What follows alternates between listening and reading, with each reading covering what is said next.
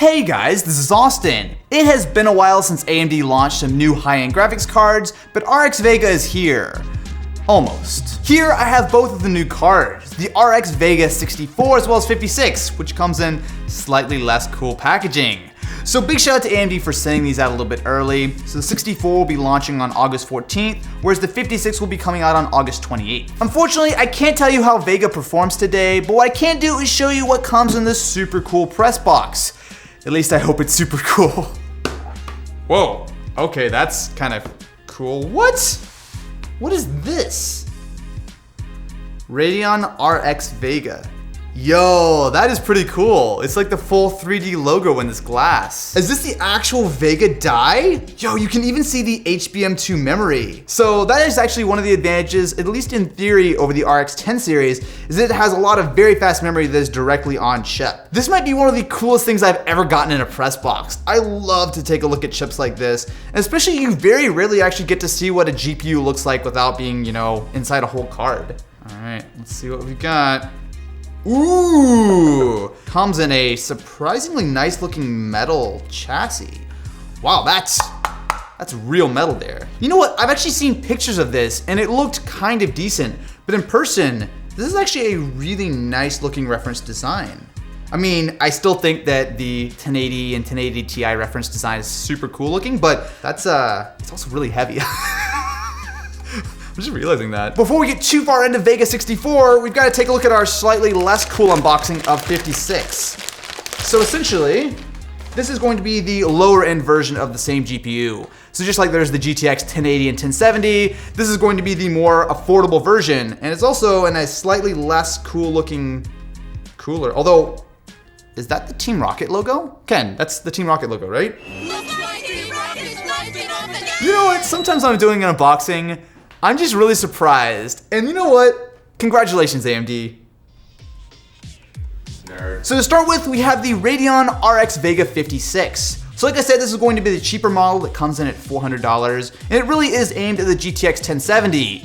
You know, at least when those prices finally come back down to earth anyway. We've also got the new Radeon flagship, the RX Vega 64. Now this is going to come in at $500, at least for the base model, and it is going to be aimed at the GTX 1080. There are actually 3 different designs of RX Vega right now though. So all the 56 cards should come in this sort of black, fairly basic looking cooler. And of course this is a reference design and there will be different versions at some point. Once you step up to the limited edition, what you're getting here is a much nicer looking card, at least in my opinion. So in pictures, I feel like it doesn't really do it justice, but having that full metal shroud actually does look really nice. Both of these cards are powered by a pair of 8-pin PCIe power connectors, and not only do they have the GPU TAC, which should light up depending on how much load the GPU is under, but they have the dual BIOS switch, as well as 3 DisplayPort and a single HDMI port. There is also a liquid-cooled version of RX Vega 64, but that's actually where things start to get fairly confusing.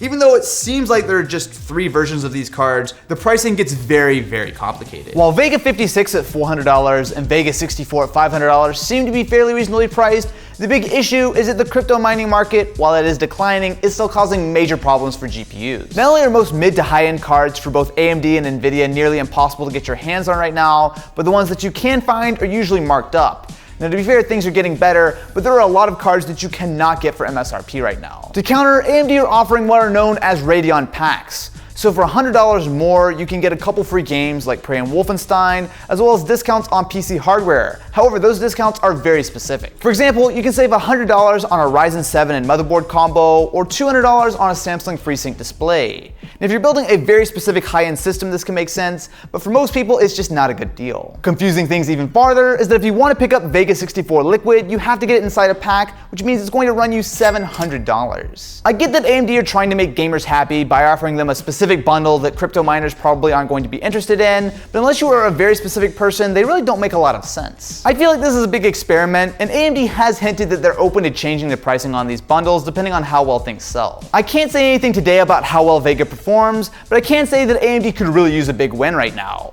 The GTX 10 series has been hugely successful, not only because they're incredibly powerful, but they're also very power efficient. That is a dangerous combo. So what do you guys think about AMD Vega and how they've handled the launch? Let me know in the comments below and I will catch you on the next one.